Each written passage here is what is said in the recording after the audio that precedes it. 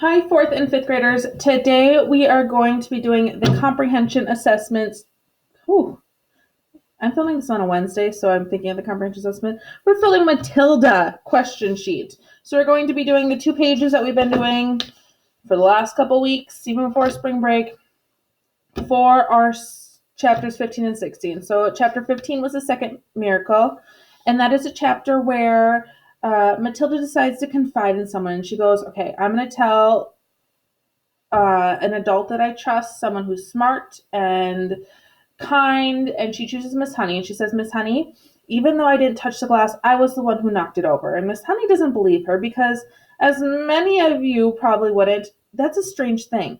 No one can really knock things over with their eyes or move things with their eyes. So naturally we go, you're lying, you're making this up. No. So then Miss Honey asks Matilda to do it again.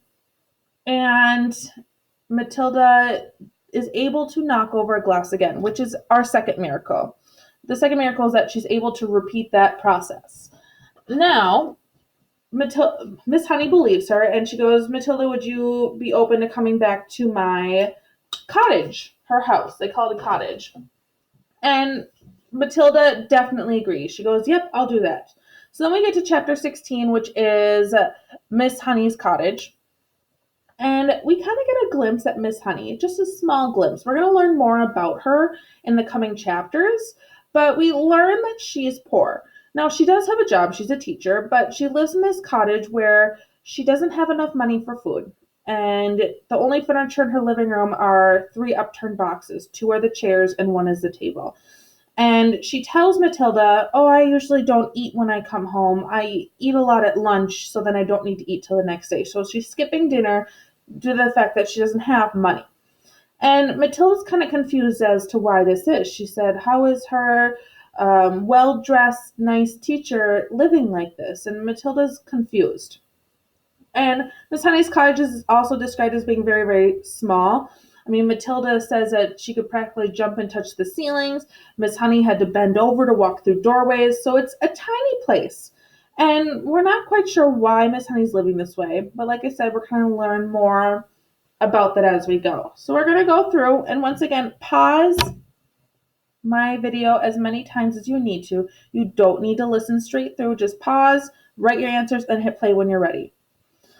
So the first stop is our quick write. This is a personal question about you. So what do you think is your best gift or talent, and describe it? So what is one thing that you're really good at? Now, when I was growing up, I probably would have written about piano because I took piano lessons for over 10 years. And that was something that I was really good at the time. I'm no longer good at that. And now I would maybe write about decorating cupcakes because I do love to decorate cupcakes and I'm fairly good at it. So what is your best gift or talent? Maybe you're really, really, really good at singing, or maybe you're great at hockey. I know quite a few are hockey players. Maybe you're fantastic at dirt biking or riding horses or doing your math facts or reading. So write 2 sentences for this one about what is your best gift or talent. Pause the video here to write your sentences and then hit play when you're ready to move on for vocabulary. Our next section is the vocabulary section, if I could speak today. And hopefully this week I don't give away any answers like I did last week, even though I'm sure you're hoping I do. Our 3 words are right on the side here, which will help you with the spelling. First word is peculiar, and I did describe this when I was writing. Peculiar means strange. So it's kind of a fun word to use when you're describing someone or something that's strange. So I could say that my cat was peculiar today. So he's strange. Or he gave me a peculiar look, like a strange look, like, why are you talking right now? So peculiar means strange. Kind of an easy one there. Gapped, means like to stare, like you're like just kind of like in disbelief, you're staring. Sometimes when I imagine this word, your jaw's open and your eyes are big. You're like, that's really happening right now. So you're like kind of just like staring and you can't look away. And our last word is animated. And now this isn't the animated like animated cartoons, though it kind of relates to it. Animated means that you kind of like talk with a lot of excitement, like your hands, your facial expressions, like If you could see me right now, I'd be doing it because I'm talking with my hands, but the camera is facing down. Talking with your hands and like being very lively, like using big motions and like talking really fast, being excited. So just kind of like doing a lot and animated, like kind of just being a little more out there and goofy. So we're going to use those 3 words for the blanks. Now you can pause as I go to finish writing the word and just hit play, and I'll pick up where I stopped talking or started talking. Ooh. The child blank at the size of the grizzly bears at the zoo. So the child peculiar, so like the child strange. The child gaped. I can never say that word correctly. So do you stare, or the child animated at the size of the bear? Okay. So pick which one you think should fit in that top box, and then write it down. Number 2. The excited puppy became very blank as he played with his new rubber toy. So did he become peculiar? Did he become gaped, like he stared at it? Or did he become animated, like he was kind of like moving around quick and doing funny things? Fill that one in. And if you're confused, you can skip it and come back to it. And number 3, there were many rumors flying around the neighborhood about the blank old lady that lived in a spooky house. So that'd be the peculiar old lady. Is she strange? The gaped old lady, like she stared? Or the animated old lady? So put them in each line and then move on when you're ready. I'm going to move this down a little for us. There's Miss Trunchbull. I like the little drawings that this packet has with it. They're not as good as Roald Dahl in the book, but they're still kind of great. Okay, now we're on to multiple choice. We've got 2 questions for these. Question number 1, what is a precocious child? Now, we had talked about this, and Miss Honey described Matilda as being precocious. So think about how Miss Honey would describe Matilda. Would she describe her as being A, mischievous, like getting into trouble?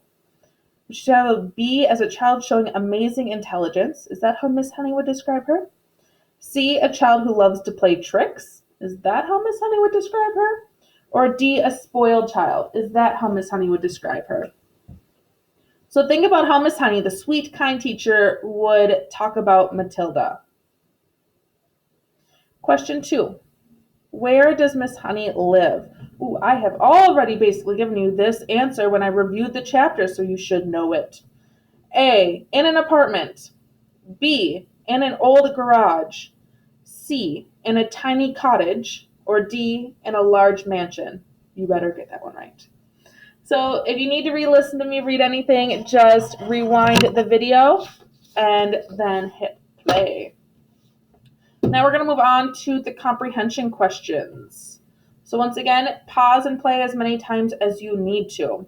Number 1, why do you think that Matilda chose to reveal her secret to Miss Honey?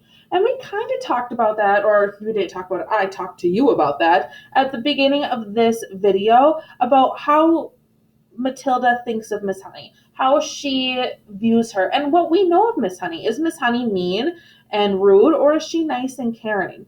So why would she choose to talk to Miss Honey about her talent, her secret? So I would like you to write 1 sentence for that one. Okay, so write the 2 sentences about that. And then, or 1 sentence. I can't remember what I said. I had to pause because I was a student in Hangout, so if you hear him start talking, that's why. Okay, so just 1 sentence about why she chose to reveal her secret to Miss Honey. Number 2, why do you think Miss Honey says that they must be very careful with how they handle Matilda's gift? So why do you think she said that? I want you to write 1 sentence about why Miss Honey would say they need to be careful. They kind of talked about they didn't know what she was able to do, and they don't know how other people would treat Matilda since no one's ever been able to do this. So those are some kind of little hints on what you could write about. So just 1 sentence about why they need to be careful on how they handle Matilda's gift. And our last question for today is to describe Miss Honey's house. I want you for this one to do 2 sentences, since there are a lot of ways. And if you want to challenge yourself, maybe do an extra sentence. How can we describe Miss Honey's house?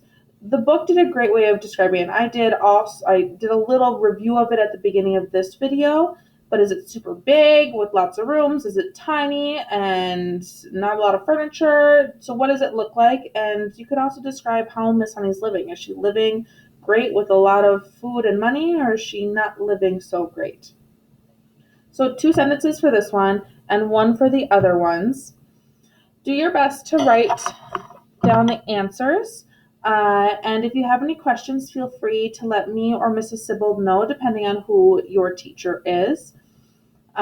We're both available in Hangouts or email or comment in Classroom. And if you need anything, let us know. I hope you're doing well.